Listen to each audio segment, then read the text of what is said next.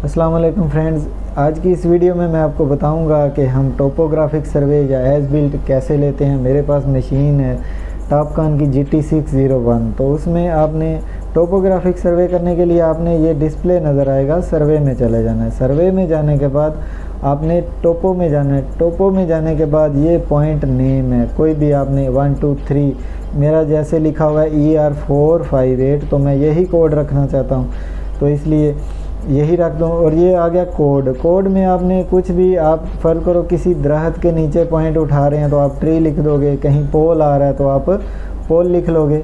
तो ये इसके लिए यूज़ होता है। तो उसके बाद आपने क्या करना है, ये मशीन जो है यहाँ से आपने उस पॉइंट को चेक करना है।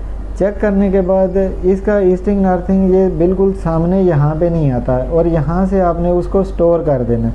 जैसे ही मैं यहाँ से स्टोर करूँगा तो इधर में कोड ER458 है ना, तो ER459 हो जाएगा। आप देख लीजिएगा, ये मैंने क्लिक किया तो देखें ER459 एक मेरा पॉइंट सेव हो गया ER458 के नाम से।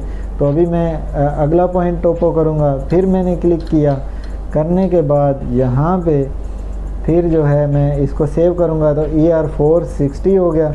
अभी मैं मशीन को इधर घुमाऊँगा, घुमाने के बाद फिर मैं एक पॉइंट सेव करूँगा क्योंकि मैंने मशीन नॉन प्रिज्म की हुई है।